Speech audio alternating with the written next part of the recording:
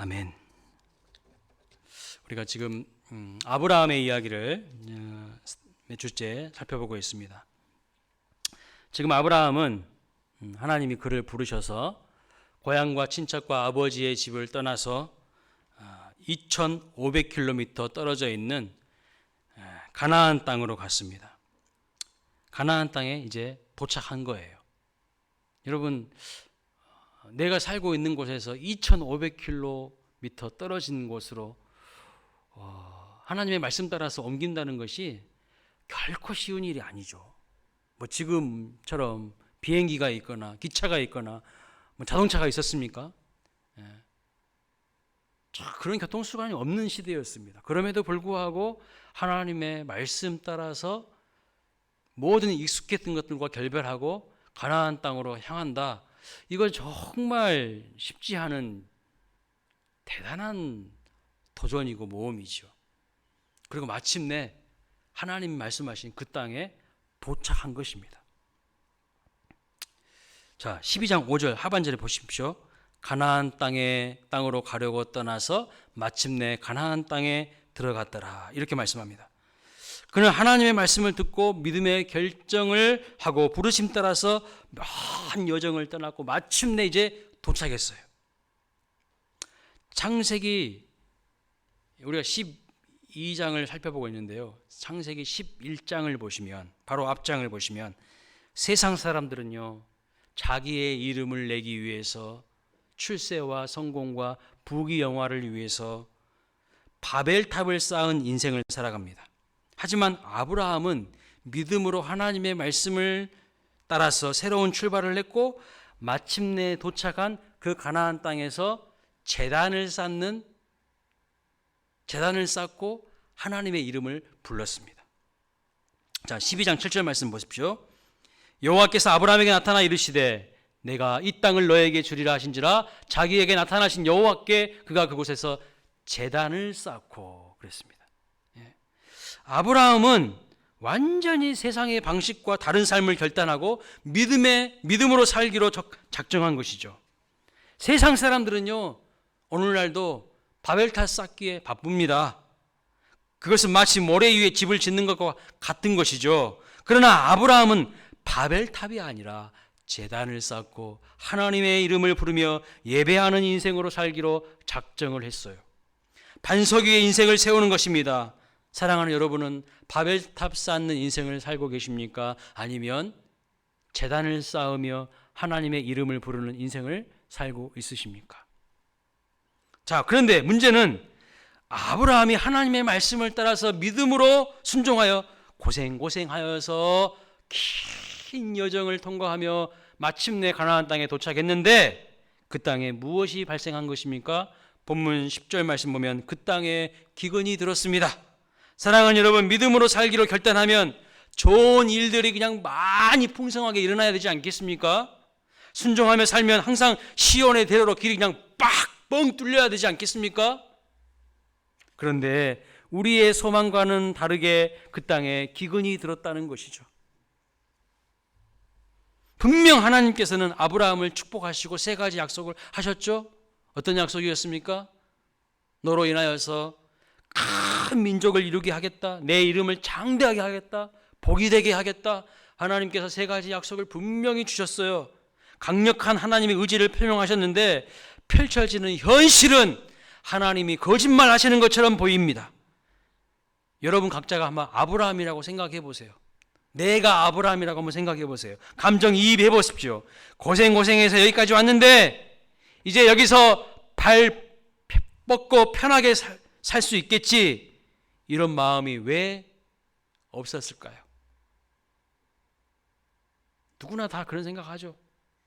이제 하나님께서 원하시는 그것까지 내가 왔으니 이제부터 좋은 일들이 막 일어나겠지, 내가 순종했으니 이제 엄청난 복이 주어지겠지, 이런 생각 누구나 다 할 수 있겠죠.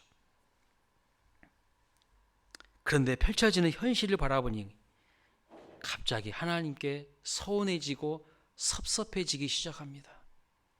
하나님, 허풍쟁이 아니야? 뻥이 진짜 지나치시네. 이런 마음에 섭섭함이 들지 않을까요? 고생해서 여기까지 왔어요.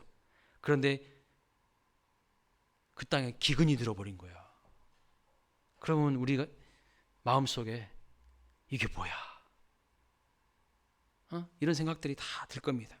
사랑하는 여러분, 우리가 믿음으로 순종하며 살아갈 때에 반드시 기근이 있습니다. 기근이 없을 수가 없어요. 인생 고난과 시련이 반드시 있습니다. 예수를 믿던가 예수를 믿지 않던가 그거랑 상관없이 누구든지 인생 고난과 시련은 있습니다. 특별히 하나님께서 축복하시는 믿음의 사람에게는요, 그 인생 고난과 시련이 더 큽니다. 왜냐하면 이러한 기근과 고난은 결국 아브라함을 아브라함 되게 만드시는 하나님의 계획 가운데에 필수적으로 거쳐가야 하는 훈련이기 때문입니다. 하나님께서 지금 아브라함을 믿음의 조상으로 세워가시는 첫 번째 난코스를 통과하게 하시는 거예요. 여러분, 훈련의 과정 없이 어느 날 갑자기 막 믿음이 좋아지고요, 그런 건 없어요. 반드시 하나님께서 우리를 다루십니다. 우리에게 훈련의 과정을 거치게 하셔요. 그래서 정금처럼 순금처럼 불순물이 쫙 빠지게 하시고요, 오직 하나님만을 의지하는, 오직 하나님과 하나 되는 인생이 될 수 있도록 우리를 빚어가시는 것을 볼 수가 있는 거예요. 그래서 내 인생에 혹 시련이 많다, 고난이 많다, 그것은요, 하나님이 나를 그만큼 사랑하시고 더 많이 다듬으셔서 나를 정금처럼 연단하시기 위한 계획 가운데 진행되는 것이라는 것을 여러분 신뢰하시기를 바랍니다. 자, 아브라함의 인생 기근 앞에서 문제를 해결하는 방식이 무엇입니까? 10절을 다시 보면 그 땅에 기근이 들었으므로 아브라함이 애굽에 거류하려고 거리로 내려갔다고 기록하고 있습니다. 문제의 원인은 기근이었어요. 그런데 그 해결 방식이 무엇입니까? 애굽으로 피하는 것, 애굽으로 내려가는 것입니다. 지극히 평범하고 상식적인 해결 방식처럼 보입니다. 그리고 누구나 다 수긍할 수 있는 합리적인 방법이죠. 이 땅에 기근이 드니까요. 이 땅이 지금 먹고 살기 어려우니까요. 당연히 애굽에는 큰 나일강이 있지 않습니까? 그 나일강 주변에 풍성한 물류가 있고 물자가 있으니까 당연히 거기로 내려가면 충분히 쉽게 편하게 살 수 있겠죠. 합리적인 방법처럼 보입니다. 그리고 우리도 아브라함처럼 그렇게 문제를 해결할 때가 상당히 많습니다. 그런데 문제가 있으면요, 그 문제를 해결하는 방식과 패턴이 항상 자기 생각대로일 때가 많다는 거예요. 12장 4절 말씀을 보시면 아브라함이 이렇게 행동하지 않은 적이 있어요. 다르게 행동한 적이 있습니다. 자, 4절에 보면 이렇게 말씀합니다. 여호와의 말씀을 따라갔고. 그런데 마침내 도착한 가나안 땅에 기근이 발생하자 거기에서 참고 견디며 인내하지 못합니다. 그리고 하나님의 뜻을 구하지 않고 하나님의 말씀을 따라가지 않고 하나님께 물어보지 않고 기도하지 않고 애굽으로 그냥 내려가 버리는 거예요. 결국 그 땅에 기근이 들었을 때에 하나님의 말씀 따라간 것이 아니라 자기 생각대로, 세상의 방식대로 선택하고 결정했을 때에 더 비참한 일들이 발생하게 되는 것을 보게 됩니다.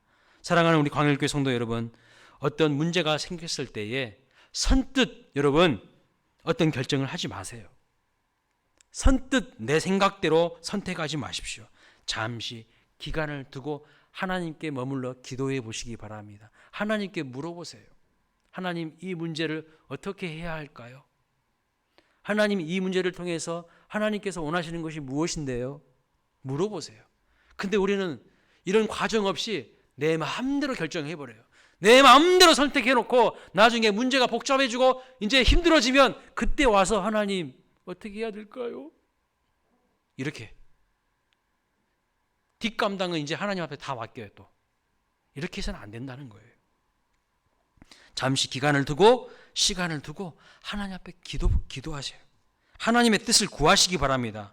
어떤 문제에 직면했을 때 그 문제를 풀어가는 내 방식과 생각이 잘못되지는 않았는지 점검하셔야 된다는 거예요. 뭐라고요? 내 생각이, 내 문제를 풀어가는 방식이 하나님 보시기에 잘못되진 않았는지 이거를 꼭 점검하셔야 한다는 거예요. 제가 지난주에 어떤 일이 있었냐면요, 목욕실 도어록이 배터리가 다 되었다고 계속 소리를 내더라고요. 그래서 배터리를 교체하면서 이제 비밀번호까지 한번 새롭게 교체를 했습니다. 변경했습니다. 그리고 퇴근하고 다음날 이제 새벽 기도를 인도하려고 목욕실에 들어가서 성경책을 챙겨서 나오려고 이제 비번을 막 누르는 거예요. 새로 변경된 비번을 누르는 거예요. 그런데 문이 안 열리는 겁니다. 문이 안 열리는 거예요. 분명히 변경된 번호를 눌렀다고 생각하고 눌렀는데도 안 되는 거예요. 그렇게 수차례를 시도해도 안 되니까요. 어떤 생각이 드는 줄 아세요? 어제 저녁에 내가 퇴근할 때 목욕실 문을 잠그지 않고 갔다는 생각이 드는 겁니다. 사실이에요? 사실이 아니에요? 사실이 아니에요. 분명히 잠그고 갔어요. 근데 잠그고 가지 않았다고 불길한 막 예감이 막 드는 거예요. 그리고 그 다음에는 도둑놈이 목욕실에 들어와서 물건을 훔쳐가면서 목욕실 비번까지 다 변경한 것은 아닌가. 혼자서 막 상상의 나래를 막 펼치는 거예요. 이제 이 도록을 다 뜯어내야 되는 것은 아닌가. 이런 생각까지 드는 거예요. 여러분, 제가 지금 무슨 잘못에 빠진 거예요? 제가 지금 무슨 잘못에 빠진 것입니까? 내가 비번을 잘못 알고 있다는 생각은 한 번도 일절하지 않은 거예요. 내 생각은 100% 오라, 이렇게 생각한 거죠. 그래서 계속 눌러댄 겁니다. 근데 안 되는 거야. 계속 안 돼. 그러면서 온갖 상상을 하면서 의심하고 오해한 것이죠. 옆에서 아내가 제가 누르는 비번을 계속 바라보고 있다가 비번이 4자리인데 앞에 2자리와 뒤에 2자리가 바뀐 것은 아니야? 이렇게 물어보는 거예요. 예를 들어서 비번이 3456이라고 하면 5634 아니냐는 거예요. 아, 그래? 그래서 한번 5634로 눌러봤어요. 그랬더니 문이 열리는 거야. 저는 절대 3456으로 기록하고 있었거든요. 내가 틀렸다는 생각은 일절 안 했던 거예요. 마찬가지입니다. 우리가 인생을 살아가면서 문제를 풀어가는 방식이요, 내 생각대로 내 멋대로일 때가 너무나도 많아요. 내가 잘못 생각하고 있는 것은 아닌가, 이 생각은 별로 하지 않아요. 그리고 나서 이제 나중에 문제가 잘못되면, 문이 안 열리면 그때야 혹시 이거 잘못된 비밀번호인가? 이게 잘못된 내가 생각을 갖고 있었나? 그때야 이제 생각을 하는 거예요. 뒤에 벌어지는 결과들이 감당하기 어려운 문제로 더욱 크게 증폭되는 일들이 너무나도 많다는 것입니다. 지금 아브라함도 그런 거예요. 아브라함은 기근이 닥치자 바로 애굽으로 내려가 버립니다. 하나님의 말씀을 따라가지 않는 겁니다. 자기 생각대로 자기 멋대로 지금 결정하는 겁니다. 믿음으로 결정한 것이 아니에요. 그래서 아브라함은 자기 꾀에 자기가 넘어지기 시작합니다. 기근이 닥치자 그 고난을 정면으로 부딪히기보다는 그것을 피하려고만 한 겁니다. 중요한 것은 하나님께서 단 한 번도 애굽으로 내려가라고 말씀하신 적이 없다는 것이죠.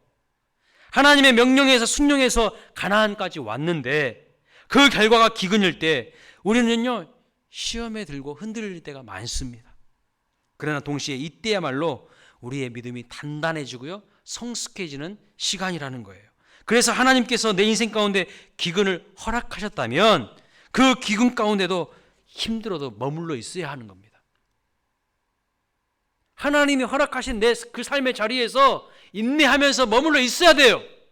그런데 우리는 세상의 방식대로 자기 생각대로 막 행동해 버리는 거예요. 그래서 더 문제가 꼬이고 힘들어진 때가 너무나도 많다는 것입니다. 그냥 고난의 한복판에 그냥 계셔야 합니다. 얄팍한 내 생각 따라서 세상의 방식 따라서 움직이지 말고 그때 그냥 우직하게 하나님 말씀 붙잡고 머물러야 합니다. 그때 하나님이 비로소 역사하시고요, 기적을 행하시는 것을 경험하게 되는 거예요. 사랑하는 여러분, 하나님은요, 모세와 이스라엘 백성들을 홍해 앞바다까지 끌고 가셨다는 것을 기억하십시오. 왜 하나님이 홍해 앞바다로 끌고 가셨을까요? 그 막다른 골목에서 하나님의 하나님 되심을 드러내고 이스라엘을 구원하시며 이스라엘을 쫓았던 애국 군대는 완전히 심판하시고 수장시키시려는 하나님의 계획 가운데 진행되는 일이었습니다. 힘들어도 하나님의 인도하심 따라 가야 됩니다. 그럴 때 우리가 승리할 수 있어요. 만약에 나는 홍해로 가기 싫어요. 내가 왜 홍해로 가야 됩니까? 내가 왜 거기로 가야 하냐고 나는 폼나게 마이웨이를 가야 된다고 선택한다면 그 인생은 생명의 길로 가는 것이 아니라 인생 방황의 길로 가는 것입니다. 그런데 오늘날 많은 사람들이 마이웨이로 가야지, 에? 폼 잡고 막 살아가요. 그게 폼 나는 인생이 아니에요. 그게 망하는 지름길이고요. 그게 인생 방황의 지름길이야. 하나님의 뜻대로 가는 것이요, 가장 행복하고 가장 안전하고 가장 바른 길이에요. 근데 많은 사람들이 자기 생각 따라서 세상 방식 따라서 마이웨이를 꿈꾸며 가는 겁니다. 폼나는 길이 절대 아니에요. 아브라함이 기근을 피해서 애굽으로 가기로 결정한 그 순간 아브라함이 잃어버린 것 두 가지가 있어요. 무엇을 잃어버렸습니까? 하나님 잃어버렸습니다. 그리고 하나님의 말씀 잃어버렸어요. 믿음을 잃어버렸어요. 하나님의 말씀을 잃어버리고 믿음을 잃어버리니까 여러분 그 마음속에서 일어나는 마음의 변화가 무엇인 줄 아세요? 두려움, 불안, 근심, 걱정, 염려가 확 그 마음에 찾아옵니다. 내 마음속에 하나님이 안 계시는데요. 뭘 찾아오겠습니까? 두려움과 불안과 근심과 걱정, 염려가 막 물밀듯이 몰려오는 거예요. 감당하기 힘든 거예요. 하나님을 잃어버린 인생은요, 점점 인생이 부정적인 사람으로 변해갑니다. 하나님의 말씀을 따라가면 자기도 모르는 사이에 하나님의 축복과 긍정적인 생각이 그 사람을 변화시키게 돼요. 본문 11절과 12절 말씀 한번 보실까요? 같이 읽어보겠습니다. 시작. 그가 애굽에 가까이 이르렀을 때에 그의 아내 사레에게 말하되 내가 알기에 그대는 아리따운 여인이라. 애굽 사람이 그대를 볼 때에 이르기를 이는 그의 아내라 하여 나는 죽이고 그대는 살리리니. 여기 보면 애굽에 점점 가까워지자 아브라함의 마음의 변화가 어떻다고 말하고 있습니까? 더 불안해지는 거예요. 자기 아내를 바라보니까 더 불안해집니다. 왜요? 자기 아내가 예쁘고 아리따운 여인이기 때문입니다. 그전에는요, 아내가 예쁘고 아리따운 게 너무 좋았어요. 그런데 이제는 그것이 더 불안하게 만드는 요인이 되었어요. 왜냐하면 애굽 사람들이 예쁜 아내를 탐내고 빼앗을까 봐, 그리고 그 과정에 자기를 죽일까 봐, 아브라함 자기를 죽일까 봐 그 두려움이, 그 불안이 그 마음에 찾아온 거예요. 이것이 여러분 사실입니까? 지금 일어난 사실 현상이에요? 아니에요. 아직 일어나지 않은 일입니다. 그런데 미리 불길한 예감에 이런 생각을 하고 있다는 거예요. 하나님을 향한 믿음을 상실하고 자기 판단대로 선택한 결과가 무엇입니까? 두려움과 불안이에요. 아담과 하와도 최초로 범죄한 이후에 그들의 마음에 찾아온 것이 무엇이었어요? 두려움과 불안, 수치심, 죄책감이었어요. 하나님을 떠난 사람들, 하나님과 분리된 사람들에게 나타나는 마음의 핵심 역동이 뭐냐면요, 두려움과 불안이 있어요. 그리고 그 두려움과 불안을 어떻게 해결하려고 하냐면 세상의 방식으로 해결하려고 해요. 세상의 방식으로 세상의 안전장치를 여러 개 만들어 놓습니다. 그런데 그 안전장치는요, 하나님이 후 불어버리시면 언제든지 날아갈 것들이에요. 진정한 안전장치가 아니야. 하나님을 떠난 인간에게 마음에는 불안이 있어요. 두려움이 있어요. 불신앙은요, 자기도 모르는 사이에 자꾸 안 좋은 일들이 일어날 것이라는 그런 생각을 하게 만듭니다. 그래서 불안한 생각, 불길한 상상력이 사실이 아님에도 불구하고 사실처럼 믿게 돼요. 지금 아브라함이 딱 그 케이스잖아요. 아직 애굽에 도착한 것도 아니에요. 애굽이 점점 가까워오니까 이제 막 불안이 더 커지는 거예요. 응? 하나님이 가라고 하신 땅이 아니잖아요. 애굽은 불순종해서 선택한 그 길로 가니까요, 불안 지수가 계속 올라가는 거예요. 그리고 아내를 뺏길까 두려워합니다. 그런데 이런 생각이 발전해서 아내를 빼앗아 가려면 결국 자기 자신을 죽일 것이라고 생각합니다. 이 불길한 상상력이 사실이 아님에도 불구하고 마치 사실처럼 지금 믿고 있는 거예요. 누가요? 아브라함이요. 어처구니 없는 일이 아닙니까? 지금 이것은 현실에서 일어나고 있는 일이 아니에요. 아직 일어나고 있는 일이 아니에요. 아브라함 마음속에서 일어나는 생각입니다. 그래서 두렵고 불안하니 급기야 아내에게 어떤 제안을 합니까? 아내라고 하지 말고 누이라고 해라. 여동생이라고 하라고 거짓말을 시키는 것을 볼 수가 있어요. 이 인간 참 비겁합니다. 이 남자 진짜 남자 구실 못하고 있죠. 에? 자기 살려고, 자기 목숨 보존하려고 아내를 누이라고 거짓말 시키고 있어요. 우리는 막 아브라함 하면 믿음의 조상, 나하고는 거리가 먼 그런 사람처럼 보이는데요. 이렇게 형편없는 사람을 하나님께서 믿음의 사람으로 다듬어 가시는 그런 과정 가운데 있는 거예요. 13절 보십시오. 같이 읽어보겠습니다. 시작. 원컨대 그대는 나의 누이라. 그리하면 내가 그대로 인하여 안전하고 내 목숨이 그대로 인하여 보전하겠노라 하니라.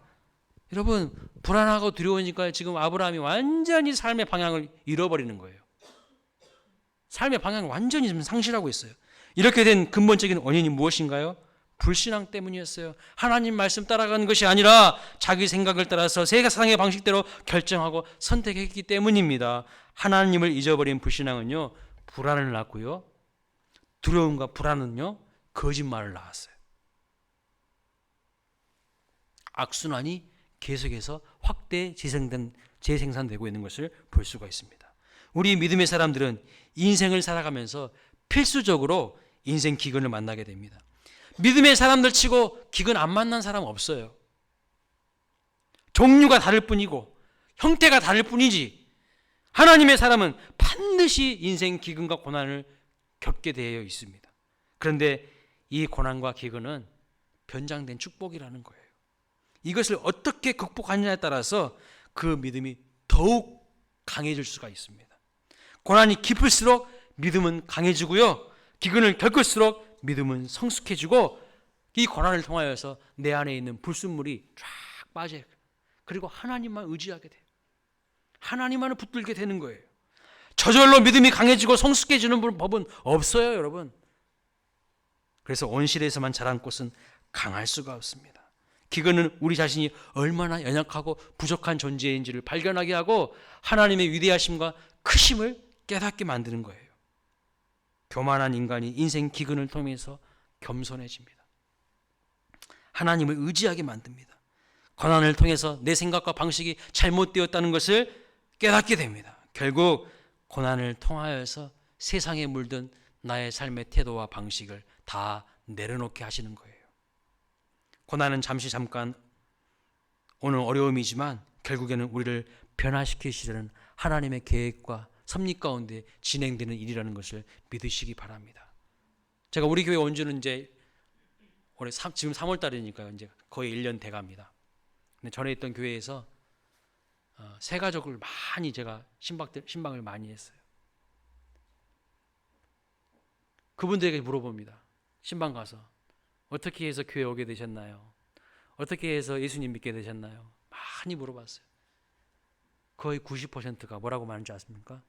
내 인생에 문제가 있었어요. 고난이 있었어요. 어려움이 있었어요. 눈물이 있었어요. 아픔이 있었어요. 천편일률적으로 그렇게 이야기합니다. 예. 가만히 잘 돼서요, 좋아서요, 하나님 앞에 온 사람이 거의 없어요. 물론 모태신앙으로 어렸을 때부터 처음 부모님 밑에서 차근차근 착실하게 신앙 키운 사람도 있어요. 거의 희박합니다. 그런 사람들도요, 세상으로 떠났다가 하나님한테 터지고 와가지고 다시 돌아오는 사람들이 대부분이에요. 예? 고난과 역경과 아픔을 하나님이 겪게 하셔요. 그 사람 미워서가 아니라 싫어서가 아니라 그 사람 너무 사랑하셔서 세상에 푹 들어서 살지 않게 하기 위해서 하나님의 사람으로 세워가시려고 하나님께서 잠깐 고난과 역경을 통하여서 그를 돌이키게 하시는 과정 가운데 일어나는 일이라는 것을 아셔야 합니다. 자, 14절 말씀을 보시기 바랍니다. 아브라함이 애굽에 이르렀을 때에 애굽 사람들이 그 여인의 심히 아름다움을 보았고. 15절도 한번 같이 볼까요? 같이 한번 읽어볼까요? 시작.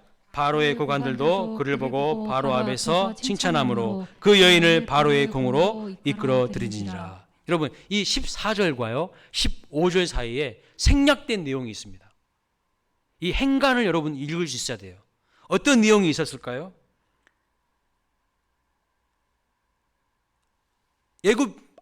아브라함의 아내 사레가 아름다웠다는 거예요.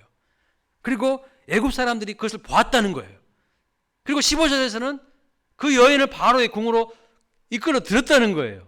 이건 뭘 의미하죠? 바로의 아내로 삼으려고 이끌어 들였다는 거예요. 이 사이에는 어떤 내용들이 오갔을까요? 14절과 15절 사이에 애굽 사람들이 사레가 너무 아름답고 예쁘니까 아브라함이 애굽 사람들에게 어떻게 이야기를 했을까요? 그렇습니다. 이 사람은요 제 아내가 아니고요 제 누이 동생이에요. 이렇게 이야기한 겁니다. 아내를 아내라고 말하지 못하고 누이라고 이야기한 겁니다. 자기 부인이라고 했다가는 목숨 달아날 것 같으니까, 자기 생각에 자기가 죽을 것 같으니까 자기 살자고 아내를 누이라고 거짓말한 거예요. 비겁한 거죠. 15절을 보면 분명 아브라함은요 자기 부인을 누이라고 말했기 때문에 그 왕국의 대신들이 그렇다면 당신의 누이 동생은 왕의 후처가 되게 하는 것이 얼마나 좋겠습니까? 그러면 당신도 좋고 모두가 다 좋을 것입니다. 이렇게 이야기한 겁니다.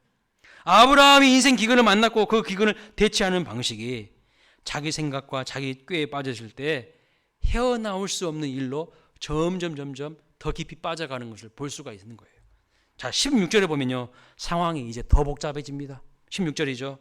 아브라함이 사레의 오빠인 줄 알고 왕이 아브라함에게 너무 고마워서 선물을 엄청 갖다가 줍니다. 그런데 바로가 준 선물을 보니까요 양과 소와 노비와 암수 나귀와 낙타입니다. 이건 진짜 엄청난 거예요. 보통 선물이 아닙니다. 여러분, 사람이 선물을 많이 받다 보면 어떻게 되던가요? 말을 못하게 돼. 꿀먹은 벙어리가 돼요. 지금이라도 이 선물 받기 전에라도 사실은 내 아내입니다 이렇게 이야기를 해야죠. 근데 이제 왕이 자기 누이 동생인 줄 알고 후처를 삼으려고 하니까, 아내로 삼으려고 하니까 선물까지 그냥 엄청 갖다 준 거예요. 그러니까 이제 더 이상 더 말도 못 하겠는 거야. 이제 상황이 더 복잡해지는 거예요. 꼼짝없이 아내를 이제 뺏기게 생긴 상황이에요. 결국 왕이 강제로 아내를 빼앗은 것이 아니라 아브라함이 믿음이 없는 영거로 사랑하는 아내를 누이라고 거짓말해서 고스란히 바로에게 넘기게 된 것입니다. 여러분, 아브라함은 믿음의 길을 떠났습니다. 믿음의 길을 떠났다는 것은 출발을 잘했다는 거예요. 세상의 방식으로 살지 않고 하나님 편에 서기로 결정한 것입니다. 세상 사람들은요 바벨탑 쌓기에 혈안이 되어 있어요.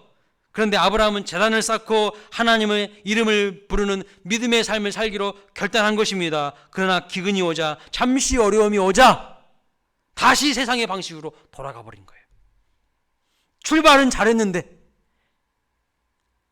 그 과정 가운데 기근을 주시는 하나님의 뜻을 모르고 다시 세상의 방식으로 돌아가 버리는 거예요. 여러분, 한번 믿음으로 살기로 결정했다고 되는 것이 아닙니다. 우리는 날마다 순간순간마다 숨쉬는 순간마다 하나님의 의지하고 하나님의 인도하심을 받아야 될 줄로 믿습니다. 내가 내린 결정이 믿음의 결정인지 아닌지 하나님 앞에서 철저하게 묻고 하나님의 응답을 받아야 한다는 거예요. 본문에 나타난 특이한 사실 한 가지가 있습니다.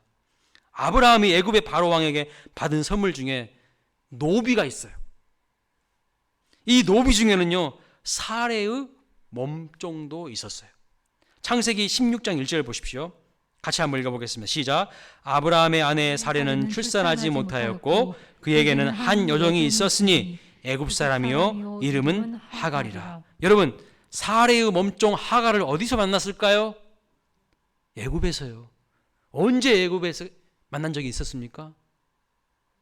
지금 기근 피해가지고 애굽으로 갔잖아요. 응? 그때 왕이 준 선물 중에 하나가 노비였는데 하갈의 몸종도 그때 만난 거예요. 어떻게 보면 아브라함이 아내를 누이라고 거짓말해서 얻은 것이 하갈입니다. 아브라함, 기근, 애굽, 거짓말, 하갈, 이스마엘로 이어지는 이렇게 지금 흐름이 있어요.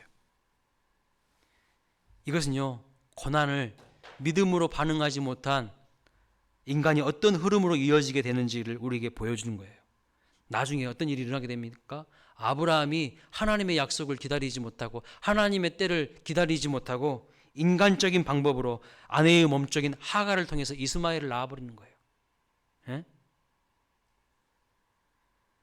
그리고 아브라함이 아내 사례를 통해서 나중에 태어난 이삭과 이스마엘이 계속해서 치고받고 갈등하고 싸우고 대립하는 역사가 계속되고 있어요. 지금 이 순간에도 계속되고 있어요. 저 중동에서는 이삭의 후예와 이스마엘의 후예가 지금도 치고받고 으르렁거리고 싸우고 있다니까요. 이런 모든 역사적인 비극을 초래한 씨앗이 누구에서부터 시작된 겁니까? 아브라함에게서부터 시작된 거예요. 아브라함이 하나님의 말씀을 따라서 결정한 것이 아니라 그냥 기근이 오니까 자기 생각 따라서 세상 방식 따라서 애굽으로 내려가 가지고 거기에서 계속 거짓말하다가 얻은 결과가 뭐예요? 하갈입니다. 나중엔 그 하갈을 통해서 이스마엘을 낳아버린 거예요. 믿음으로 살지 못한 결과가 이렇듯 엄청난 파국으로 치닫는다는 것을 우리는 깨달아야 합니다. 애굽으로 내려간 것이 뭐 그리 잘못한 일입니까? 이렇게 질문할 수 있을지도 모르겠습니다. 그러나 믿음으로 행하지 않을 때 그 결과는요, 감당하기가 어려워요. 아브라함이 이제 도저히 어떻게 할 수가 없습니다. 도저히 자기의 힘으로는 이제 자기 방법으로는 손을 쓸 수가 없어요. 바로 이때 여러분 누가 개입하실까요? 우리 하나님이 개입하십니다. 홍해까지 다 끌고 가셔가지고요, 그 마지막에 하나님이 개입하시잖아요. 홍해를 쫙 가르시고 그 밑으로 길을 내셔서 통과하게 하시는데 애국 군대가 그때까지도 정신 차리지 못하고 추격해 오잖아요. 그런데 이스라엘 백성들이 다 건너니까 홍해를 닫아버리시는 거예요. 그 안에 다 수장시켜 버리시는 거죠. 마찬가지입니다. 잘못은 아브라함이 했는데 하나님께서 이제 개입하시는 것을 보세요. 17절이죠. 여호와께서 아브라함의 아내 사레의 일로 바로와 그 집에 재앙을 내리신지라. 우리는 17절에서 두 가지 사실을 배우게 됩니다. 첫째는 인간이 실수해도 하나님이 개입하신다는 거예요. 아브라함이 실수했고 낭패를 받고 절망했지만 그렇게 결론을 끝내지 않으시는 신실하신 하나님을 볼 수가 있어요. 저는 우리 인생에도 하나님이 개입해 주시고 간섭해 주시고 수습해 주신 줄로 믿습니다. 우리는 인생 순간순간 실패했고요, 좌절했고 절망했고 방황했어요. 안 그러신 분이 있으십니까? 한 사람도 없을 거예요. 다 우리 절망했고 방황했고 실패했습니다. 하지만 하나님은 우리를 버리지 않으셨고요, 우리의 인생에 찾아와 주셨고 개입해 주셨고 절망의 자리에서 다시 일어날 수 있도록 붙들어 주셨습니다. 그리고 여러분의 삶을 영광스럽게 바꾸어 주시기를 원하시는 거예요. 이것이 바로 하나님의 섭리고 은혜입니다. 더 이상 내가 어떻게 할 수 없는 그 순간에도 하나님에게는 길이 있다는 것을 믿으시기 바랍니다. 나에게는 길이 없다는 것을 빨리 인정하세요. 내 머리에는 길이 없어요. 내 경험에는 길이 없어. 그것을 빨리 인정하는 사람이요, 성공할 수 있어요. 근데 자기 힘으로, 자기 노력으로, 자기 열심으로 길을 만들어낼 수 있다고 생각하는 사람들, 그 인생들이 망가지는 거예요. 시간이 흐르면 흐를수록 계속 망가져 가는 거야. 빨리 하나님께로 돌아가서 나에게는 길이 없다고, 하나님께만 길이 있다고 인정하고 하나님께 이름을 부르면서 하나님께 손을 드는 사람, 그 사람이요, 승리할 가능성이 매우 높은 거예요. 하나님에게는 길이 있습니다. 그래서 홍해를 가르시고 길을 내시죠. 우리가 다 죽게 된 상황에서도 하나님이 우리의 소망이 되신 줄로 믿습니다. 자, 본문으로 돌아가서 바로와 그 집에 재앙이 임합니다. 특이한 일이 일어나고 있어요. 여러분, 잘못은 누가 했어요? 바로왕이 했나요? 아니요.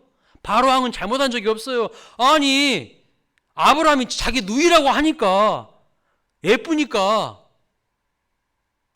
왕의 아내가 되게 하는 엄청난 영광을 준 거잖아요. 사실은 바로는 잘못한 게 없어요. 누가 잘못했어요? 아브라함이 거짓말하고 실수하고 잘못했잖아요. 그런데 피해는 누가 입어요? 바로 왕과 그 집안이 입는 것을 볼 수가 있습니다. 이게 무엇을 말하는 것일까요? 믿음의 사람이요, 믿음으로 살지 아니하면 그 주변 사람들이 괜히 피해를 본다는 거예요. 이거 엄청난 중요한 지금 교훈입니다. 오늘날 대한민국의 위기와 교회의 위기는요, 철저하게 교회 책임입니다. 대한민국의 위기는요, 정치인 책임 아니에요. 경제인 책임 아니에요. 교회 책임이에요. 하나님의 사람들 책임이에요. 하나님의 사람들이 믿음으로 살지 않으니까요, 세상이 망가져 가고 있는 거예요. 믿으십니까? 오늘 본문이 그걸 말씀하고 있어요. 뭐 세상 사람들은 정치가 어떻고 경제가 어떻고 여러 가지 이야기들을 하는 나름의 일리는 다 있어요. 그렇지만 세상의 주도권은요, 그들에게 있지 않고요, 우리에게 있어요. 하나님께서 우리에게 주도권을 주셨어요. 믿음의 사람들에게 주도권을 주셨어요. 믿으십니까? 하나님께서요, 우리를 보시는 관점은요, 완전히 달라요. 세상 사람들과 완전히 달라요. 의인 한 사람은요, 세상을 구할 능력이 있습니다. 존 낙스는 기도하는 한 사람이 기도하지 않는 한 민족보다 강하다고 말했어요. 하나님은요, 의인 한 사람을요, 세상보다 더 크게 보셔요. 소돔과 고모라가 여러분 왜 멸망했습니까? 의인 10명 없어서 멸망한 거예요. 그만큼 그리스도인의 가치, 믿음의 사람의 가치는 세상 그 무엇과도 바꿀 수가 없습니다. 여러분은 대단한 존재라는 것을 기억하십시오. 믿음의 사람이 믿음을 지키지 않고 하나님의 사람들이 세상의 길로 가고 세상의 방식대로 가면요, 누가 피해를 입는다고요? 세상이 환난을 당하는 것을 볼 수가 있어요. 요나가 하나님 말씀 따라서 니느웨로 가지 않고 다시스로 도망을 갑니다. 다시스로 내려가는 배를 탔는데 하나님이 태풍을 불게 하시고 배가 난파되기 직전까지 가게 하십니다. 그래서 배에 실었던 모든 짐들을 바다에 다 던집니다. 그래도 배가 견디지를 못하니까 사람들이 이 배에는 하나님이 원하시지 않는 사람이 타고 있다고 결론을 내리면서 제비를 뽑습니다. 그런데 마지막에 누가 걸리죠? 배 밑에서 쿨쿨 퍼자고 있는 요나가 걸린 거예요. 하나님의 말씀 따라서 니느웨로 가야 되는데 하나님 말씀 따르지 않고 자기 계산에, 자기 생각에 빠져서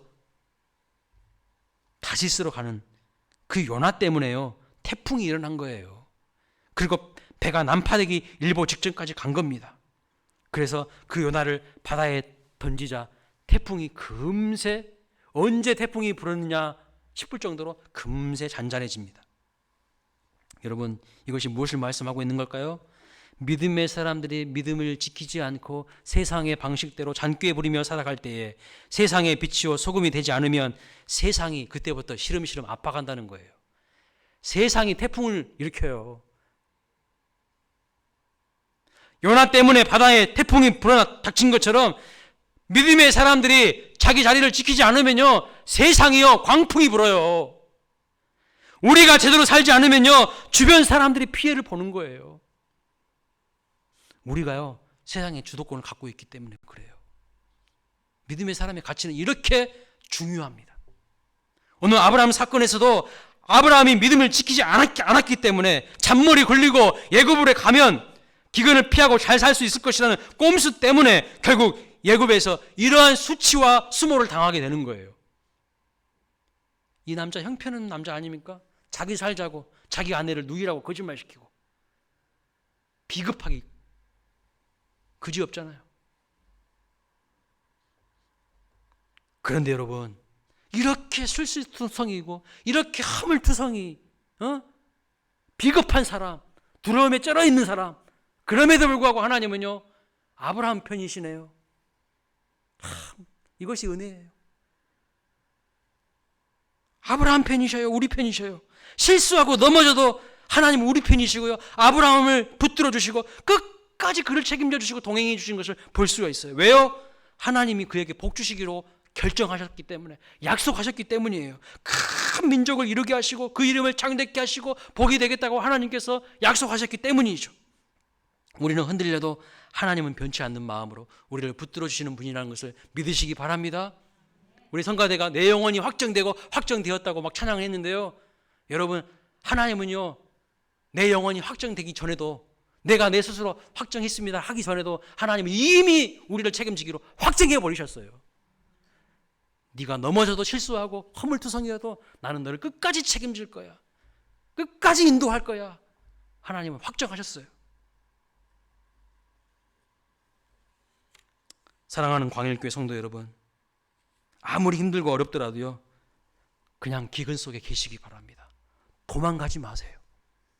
그것이 하나님의 뜻입니다. 잔꾀 부리지 마세요. 하나님께서 기근을 주시는 것은요, 기근을 당하라는 뜻이에요. 왜요? 그 기근과 고난을 통하여서 마침내 복 주시고자 하는 하나님의 선하신 계획과 뜻이 있기 때문입니다. 인생 기근과 시련을 통해서 세상이 줄 수 없는 엄청난 하나님의 은혜와 복을 하나님이 예비해 주시고 우리의 믿음을 성장하고 성숙하게 하기 위해서 하나님이 주시는 거예요. 우리는 갈대와 우르는 확실히 떠나야 합니다. 하란은 확실히 떠나야 됩니다. 그러나 가나안에서는요, 머물러야 돼요. 어떤 일이 있어도 끔찍하지 않고 머물러야 돼요. 하나님이 말씀하시면 언제든지 떠나야 되고요. 하나님이 있으라 하면 무슨 일이 있어도 거기에서 자리를 지키는 거예요. 그게 바로 믿음의 사람이라는 거예요. 떠나야 할 자리는 빨리 떠나십시오. 그러나 고통이 있을지라도 어려움이 있을지라도 하나님이 허락하신 그 자리라면 참고 인내하시기 바랍니다. 이것이 하나님께서 우리에게 원하시는 믿음의 삶입니다. 믿음은 떠남으로 시작하고 믿음은 기근 속에 머물러 있음으로 성숙하고 익어가는 거예요. 장석주 시인이 쓴 대추 한 알이라는 시가 있습니다. 같이 읽어보겠습니다. 천천히 시작.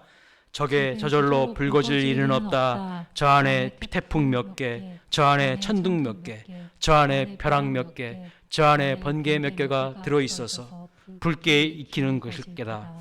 적에 혼자서 둥그러질 일은 없다. 저 안에 무서리 내리는 몇 밤, 저 안에 땡볕 두어 달, 저 안에 처순땀 몇 날이 들어서서 둥글게 만드는 것일 게다.